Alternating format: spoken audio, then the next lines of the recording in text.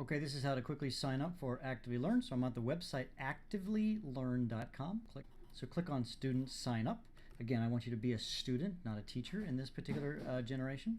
You may want to use a different username or password if you want to use a different one as a teacher. So like a secondary account, I'm gonna click with Google, and I'm gonna say allow, and I am logged in.